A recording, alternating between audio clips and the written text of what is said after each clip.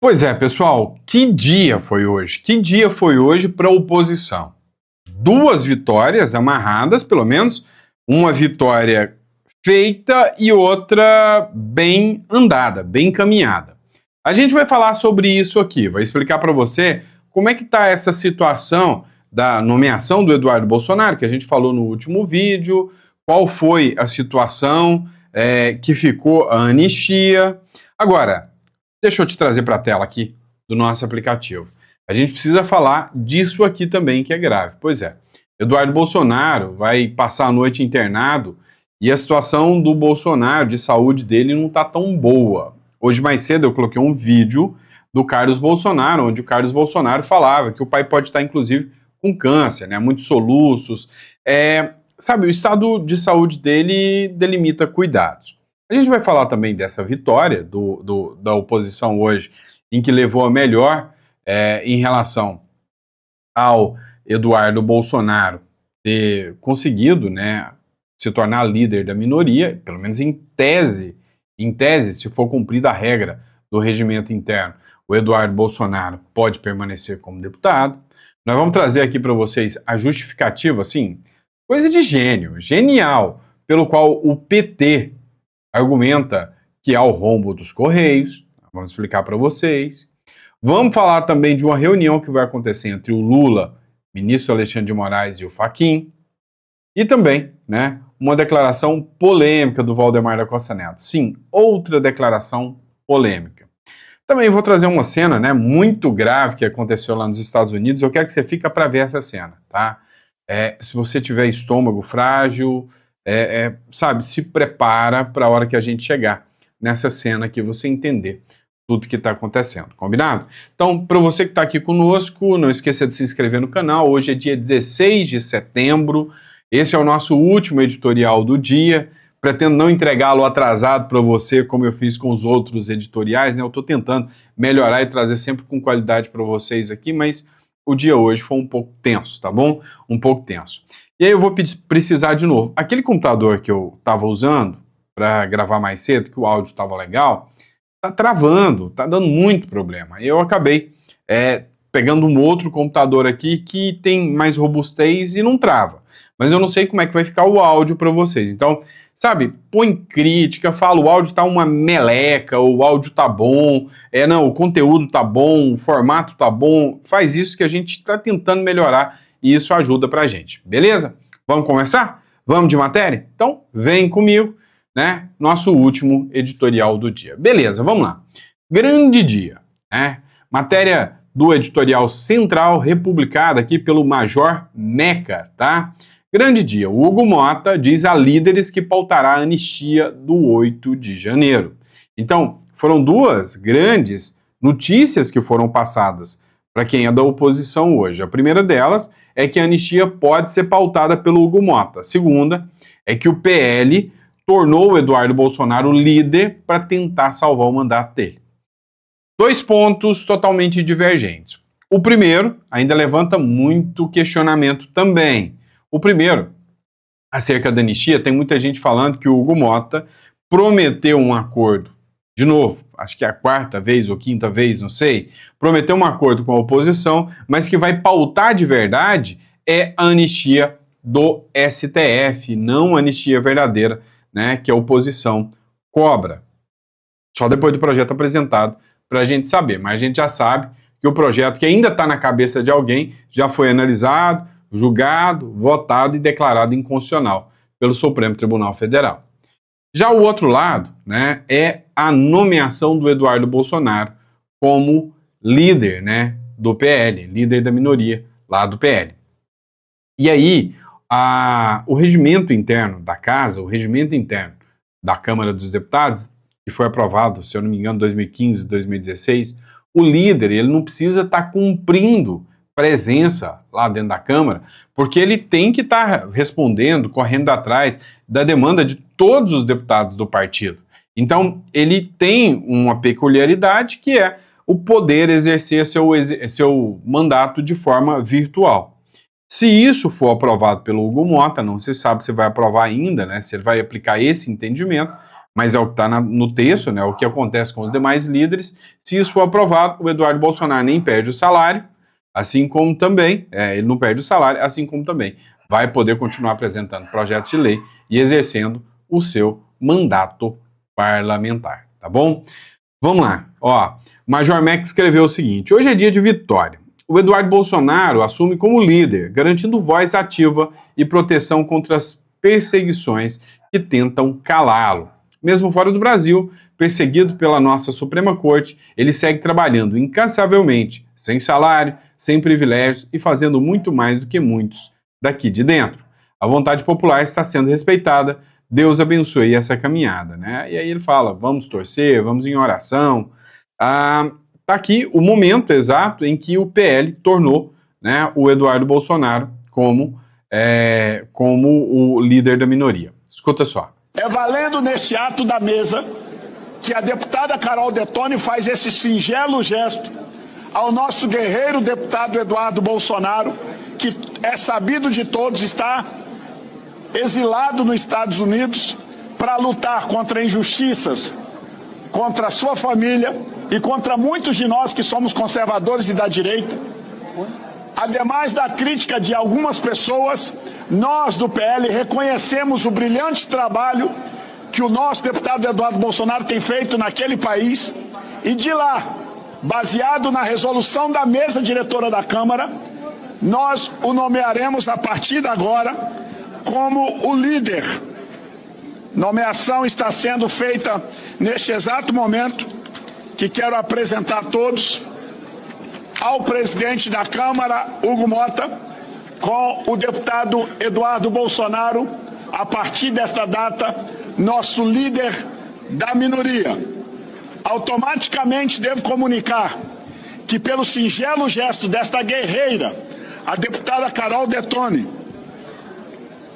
nós estamos também recebendo o ofício do deputado Eduardo Bolsonaro, que nomeia a deputada Carol Detoni vice-líder da minoria. Primeira vice-líder da minoria, que logicamente, nos momentos de ausência em plenário, ela de fato exercerá e representará o deputado Eduardo Bolsonaro enquanto ele estiver nos Estados Unidos. Este é um lançamento que nós fazemos, lançamos mão de um recurso, de um ato da mesa diretora. Já recebi questionamento de algumas pessoas que não tinham entendido qual era o nosso caminho regimental. Então, está aqui e depois será disponibilizado pela assessoria de imprensa do PL, via WhatsApp, a todos os senhores e senhoras, a resolução. Pois é, pessoal, a estratégia é clara. Na prática, a Carol Detoni vai continuar exercendo todo o ato, toda a função de presidência perante o plenário. Afinal, o Eduardo Bolsonaro não está aqui. Mas, no papel, o Eduardo Bolsonaro acaba se mantendo como deputado, como líder licenciado. É uma prerrogativa que é dada a outros. Agora, resta saber se vão autorizar em relação ao Bolsonaro. Vamos lá, pessoal. Matéria do The São Paulo News aqui. Bolsonaro passa mal e é levado ao hospital em Brasília. O estado de saúde dele, né, levanta um pouco de cuidado. Ele vai passar a noite internado no hospital depois de fazer novos exames, como disse aqui o Luiz Bassi. Vou lembrando para vocês que eu coloquei hoje mais cedo um vídeo do Carlos Bolsonaro, onde o Carlos Bolsonaro falou que teme, né, que o pai possa estar com câncer, né, algo bem grave. Então, o vídeo foi postado hoje mais cedo. Matéria do Luiz Bassi. O ex-presidente Jair Bolsonaro vai passar a noite internado no Hospital DF Star, em Brasília, nesta terça-feira. A informação foi confirmada pela repórter Jussara Soares, da CNN Brasil, após conversa com o cardiologista Leandro Ichen, que acompanha o político. Segundo o médico, Bolsonaro já está sendo submetido a uma nova série de exames depois de apresentar pressão instável, vômitos, soluços. A internação acontece 2 dias após o ex-presidente ter passado por um procedimento de retirada de lesões cutâneas no mesmo hospital. Ainda não há previsão de alta, e aí, né, essa matéria aqui é do Bassi Política, né, do Bassi Política. Pois é, pessoal. O que resta, né, é fazer oração para que o Bolsonaro se recupere o mais rápido possível, né, e torcer pela melhora do Bolsonaro. Vamos lá, pessoal. Dá uma olhada nessa matéria aqui, editorial central e leia mais. Ex-presidente do Peru, Alejandro Toledo, é condenado a 13 anos de prisão por caso Odebrecht. Olha só, né? Como que as coisas são. Lá na Odebrecht, lá no Peru, rouba, no caso Odebrecht, que é um caso vinculado ao Brasil, né? O mesmo caso da Lava Jato. E aí o presidente lá é condenado por quê? Por corrupção. A primeira-dama, mulher do presidente, adivinha? O Lula usou o seu dinheiro para ir lá buscar ela.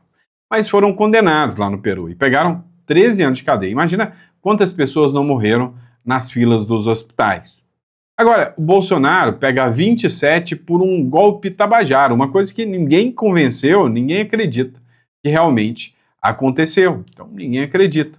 Mas é o puro suco de Brasil, né? Ver o que aconteceu com o Bolsonaro e o que fizeram com a ex-primeira-dama do Peru, trazendo ela para cá. O ex-presidente do Peru, Alejandro Toledo, é condenado a 13 anos de prisão pelo caso Odebrecht. A Justiça do Peru condenou na quarta-feira o ex-presidente Alejandro Toledo, de 79 anos, a 13 anos e 4 meses de prisão por lavagem de dinheiro em um novo processo ligado ao escândalo de corrupção da construtora brasileira Odebrecht, atualmente chamada de Novo Honor. Toledo, que governou o país entre 2001 e 2006, foi acusado de ter adquirido milhões em imóveis no Peru com dinheiro de propinas pagas pela Odebrecht, pela empreiteira, né? Aí eu te pergunto, né? 2001 a 2006, época da corrupção, propina. Quem que era presidente mesmo, hein? Ah, lembrei. Vamos falar do assassino aqui, né? Desse canalha aqui que atirou no Charlie Kirk, esse esquerdista safado e canalha aqui. Suspeito de matar Charlie Kirk é indiciado e pode pegar pena de morte. Deve. Esse caso aqui é emblemático e nós vamos falar sobre isso. O Tyler Robson, de 22 anos, foi indiciado nesta terça-feira pela Justiça dos Estados Unidos por homicídio qualificado no assassinato de Charles Kirk. Caso seja condenado, ele pode enfrentar inclusive a pena de morte. Robson também foi acusado de disparo de arma de fogo, crime passível de prisão perpétua e de obstrução da justiça punível com até 15 anos de prisão. A promotoria de Utah afirmou nesta terça-feira que Robson disse ao colega de quarto que matou Kirk porque tinha se cansado do ódio dele. Olha a insanidade dessa gente. Matou o cara porque tinha se cansado do ódio dele. Mas quem que é que destila ódio aqui? Quem é que praticou o ato de ódio, né? E que planejou o crime por mais de uma semana. Só uma semana. Tá bom. Segundo as autoridades, o suspeito também disse que esperava manter sua participação no ataque em segredo, até ficar velho. Mas acabou que aconteceu uma coisa muito emblemática, tá? Ele acabou deixando vazar isso, que chegou até o pai dele. O pai dele talvez teve que tomar a decisão mais difícil da vida dele, entregar o próprio filho. O pai dele, que é republicano, conservador, cristão, disse que aquilo não estava errado, não estava certo, estava tudo errado. Foi lá e entregou o suspeito, né, de matar o Charlie Kirk para as autoridades. As autoridades ofereceram $100 mil para o pai do assassino. Ele disse que não. Ele disse que ele não estava fazendo aquilo por dinheiro. Ele estava fazendo aquilo pela honra e pelo princípio. A dor daquele pai, você imagina qual foi a dor. Ele também rompeu as relações com o filho. Dali ele disse, olha, eu não moverei nenhuma palha para pagar advogado, para fazer nada. A responsabilidade de um homem quem assume é ele mesmo, e o meu filho traçou o caminho dele. A vergonha do pai foi tanta que ele prestava serviço como investigador. Ele disse, em nota pública, que ele não conseguiu educar o filho dele, que ele perdeu a guerra para as universidades, para os militantes que fizeram algo nefasto na cabeça dele. O pai disse que já tinha perdido o filho desde quando o filho foi para a faculdade. Agora, imagina a dor desse pai. Imagina essa situação gravíssima, né, que fica na cabeça desse pai em relação a esse assassino aí, né? Vamos falar de Correios agora, pessoal. Bora lá. Correios aponta governo Bolsonaro como responsável por crises financeiras sem precedentes. Vamos lá, deixa eu ver se eu entendi. Na gestão Bolsonaro, o Correio deu lucros recordes. Na gestão Lula, deu prejuízos recordes. E a culpa é do Bolsonaro. Pois é, os Correios atribuíram a atual crise financeira, considerada sem precedentes, à falta de investimentos durante o governo de Jair Bolsonaro. É sério. Em resposta a um requerimento do deputado Luiz Carlos Mota, que é do PE de São Paulo, a estatal apontou que recebeu apenas 447 milhões nesse período, comparados aos 792 milhões em 2023 e 2024. É aí que eu não estou entendendo. Tá, peraí. Estava com lucro, os Correios disseram que receberam 447 milhões do governo e que agora no governo Lula recebeu muito mais. Mas o prejuízo é muito maior. Eu não entendi. Não entendi nada. Segundo Geverson Neri de Albuquerque, assessor especial da presidência, essa restrição comprometeu a competitividade da empresa, tornando seu cenário ainda muito mais desafiador. Cara, é aquela boa história, né? A culpa é deles, eles colocam em quem eles bem entender. Vamos lá, pessoal, dá uma olhada nessa matéria aqui. Fachin e Moraes convidam Lula para a posse como presidente e vice-presidente do STF. Pois é, já foi feita, né, a eleição simbólica. O Fachin, que era vice-presidente no lugar do Barroso, sai o Barroso e entra o Fachin no lugar e o Alexandre de Moraes torna seu vice. O presidente Luiz Inácio Lula da Silva recebeu nesta terça-feira os ministros do STF, Edson Fachin e Alexandre de Moraes. Eles foram ao Palácio do Planalto entregar ao petista o convite para a posse como presidente e vice-presidente da corte, respectivamente. Fachin é o atual vice-presidente do Supremo e vai substituir o ministro Luiz Roberto Barroso como presidente. A cerimônia de posse está prevista para 29 de setembro, logo após o fim do atual mandato. Olá, pessoal, vamos falar agora do Valdemar da Costa Neto. Pois é, o Valdemar da Costa Neto está dando o que falar, está causando polêmica. Pois é, muita polêmica. Aqui hoje, numa entrevista ao Igor Gadelha, o Valdemar da Costa Neto já sacramentou, olha, tem uma chapa aí que pode ser a próxima chapa, do jeitinho que eu já tinha desenhado para vocês. Tarcísio e Ciro Nogueira, uma chapa bem centro, mas bem centro mesmo. O Tarcísio ganha os louros de conseguir a anistia para o Bolsonaro e por causa disso o Bolsonaro retribui fazendo campanha para o Tarcísio. O Tarcísio entra, sai à esquerda e aí o centro continua, né, no poder. E aí apazigua tudo, um bom diálogo com o STF e continua tudo da forma que está. Vamos lá. Valdemar, Tarcísio e Ciro Nogueira formam uma ótima chapa à presidência. Em entrevista à coluna do jornalista Paulo Capelli, nessa terça-feira, o Valdemar da Costa Neto avaliou de forma positiva uma chapa com Tarcísio e Ciro Nogueira para enfrentar Lula na disputa ao Palácio do Planalto, destacando que a decisão final vai ser do Bolsonaro. Mas ele disse, olha, eu acho uma chapa ótima, não tenha dúvida disso. Quem vai escolher o candidato a presidente e a vice é o Bolsonaro. E Bolsonaro gosta muito do Ciro, porque o Ciro foi o único ministro político que ele teve. Abre aspas. O Ciro é um grande articulador e tem muita chance de ser vice e ser muito bom para nós, porque ele é do Nordeste, né? Pois é, tem muita gente do Nordeste que não foi bom pra gente nem pro Brasil. Tá? Vocês têm razão, né? Afinal, eu posso citar um que está na presidência da República hoje. E nós precisamos de força lá. Tem possibilidade, inclusive, de Bolsonaro fazer uma chapa que não tenha o nome Bolsonaro. Tem essa oportunidade, né? Que não tenha o nome Bolsonaro.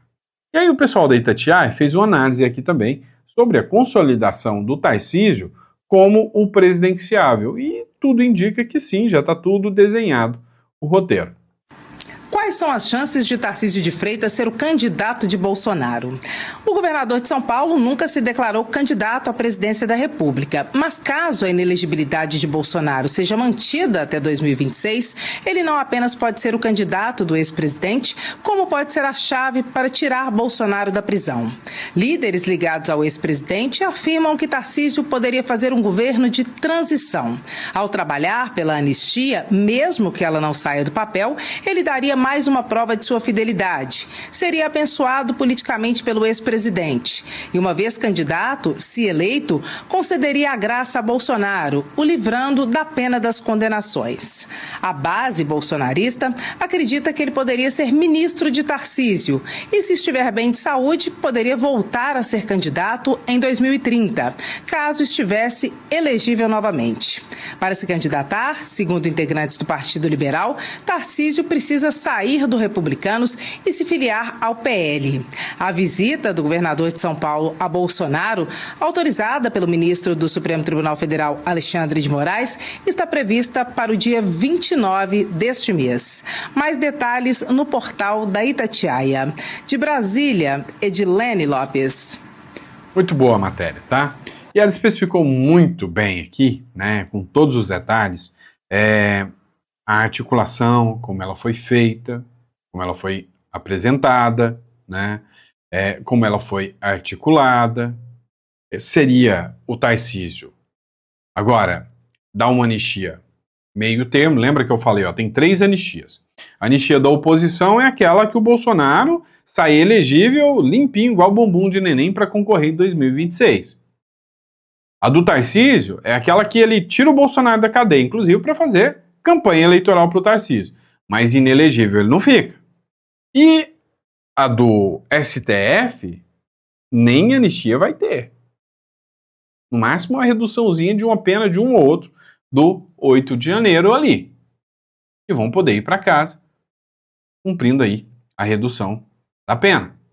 Agora, se isso acontece, se o projeto número 2, que o Bolsonaro fica inelegível, mas está livre, acontece, ou até libera os outros e o Bolsonaro fica ali preso, o Bolsonaro faz campanha para o Tarcísio, na esperança de que o Tarcísio, sendo eleito, dê anistia para o Bolsonaro, dá anistia para o Bolsonaro. O STF declara a anistia nula. E o Tarcísio fala, pô, eu tentei, né? Então, matéria muito bem feita, né, aqui da Itatiaia, tá, pessoal? Vamos lá, dando continuidade aqui, parece que o aplicativo aqui já deu uma bugadinha também. Eu falei para vocês que a gente tá preparando aqui. Teve um momento aqui que foi, assim, épico, né, e não tá carregando aqui o aplicativo que eu queria mostrar para vocês.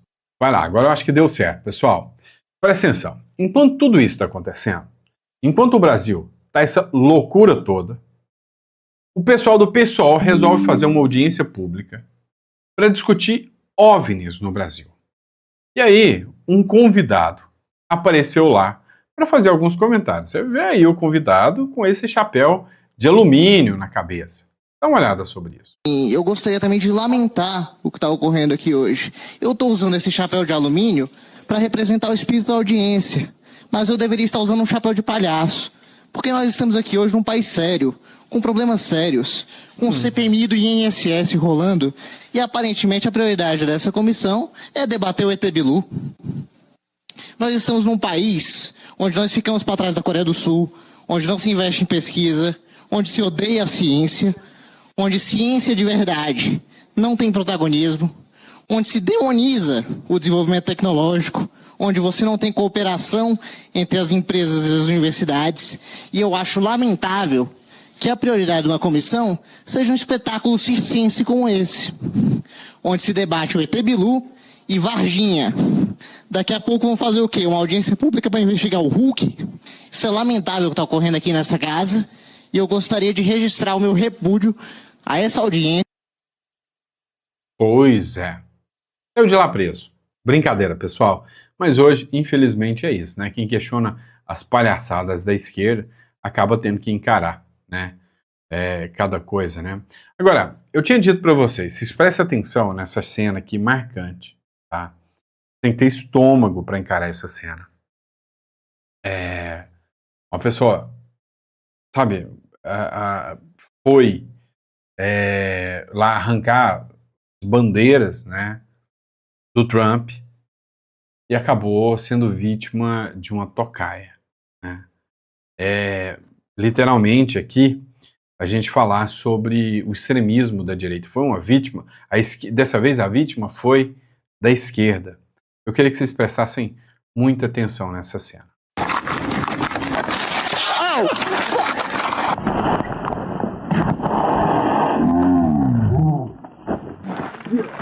You know who I am? Do you know who my dad is? Who are you? My dad's gonna sue you. He's a congressman. I'll blast you again if you don't back My up. dad's a congressman. Quem gostou, bate palma, vai. É isso, né? Enquanto um taca lá, sei lá, que foi merda, que ele tacou na cara do outro lá, né? Enquanto um faz isso, o outro dá um tiro no pescoço. Mas o extremista é quem taca a merda aqui, né? Sabe, é uma hipocrisia do caramba também, né? É uma hipocrisia, assim, sem precedentes, tá? Vamos lá, pessoal. Valdemar da Costa Neto foi alvo de polêmicas também. A gente vai falar sobre isso. Dá uma olhada aqui. Matéria do Editorial Central, Gazeta do Povo também. Valdemar diz que condenação de Bolsonaro deve ser respeitada e irrita aliados do ex-presidente. Ele já foi muito criticado quando ele falou que o Bolsonaro teria o golpe sim, discutiu o golpe sim, mas não tentou o golpe. Então, portanto, ele não tinha que ser incriminado. Costa Neto afirmou no fim de semana, durante um evento que considera exagerada a condenação do ex-presidente Jair Bolsonaro pelo Supremo Tribunal Federal na última semana, mas destacou que a decisão precisa ser respeitada. O Supremo decidiu, nós temos que respeitar, foi o que declarou o Valdemar da Costa Neto. As falas do presidente do PL causaram uma forte reação entre os aliados mais próximos de Bolsonaro, que interpretaram o gesto como uma tentativa de distanciamento político do ex-presidente. E aí, no mesmo dia, vem o Valdemar da Costa Neto, apresenta, né, essa fala de que vai dar apoio para o Tarcísio, logo depois, né, de uma frase como essa. Vamos lá. O Mota quer discutir a redução de penas em vez da anistia ampla, a matéria do Metrópolis. E eu venho discutindo isso com vocês. Dá para acreditar no Mota, pessoal? Né? Dá para acreditar no Mota? E é complicado, né?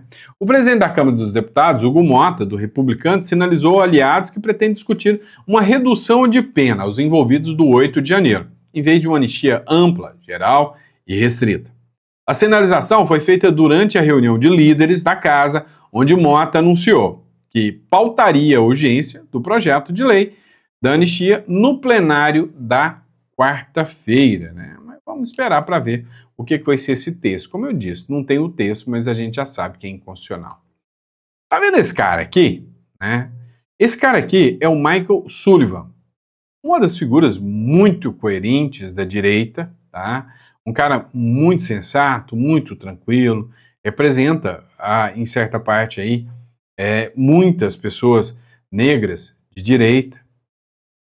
Foi por causa dele que o Bolsonaro foi condenado. E ele teve que defender o Bolsonaro falando, peraí, vocês condenaram o cara por racismo de uma coisa que nem eu, que fui o alvo da brincadeira, não me importei? O ex-presidente Jair Bolsonaro é condenado pelo TRF4 a pagar R$1 milhão por danos morais coletivos, por falas de 2021 que foram julgadas contra o racismo recreativo. Tem uma figura que se chama amicus curiae, tá? Onde uma pessoa pode entrar falando, tentando ajudar o réu, argumentando que não concorda com a condenação do réu. Era o caso aí de talvez, né, o Mike Sullivan até entrar com essa representação aí. Dá uma olhada aqui, né, o que ele falou aqui. Acompanha aqui comigo. Eu acho que a gravação não deu certo aqui, tá? Tô apanhando, gente, vocês sabem, né? Tá bom, mas se aquela não deu certo, essa aqui vai dar certo. Lulinha mandou um recado para você, tá? Escuta aí.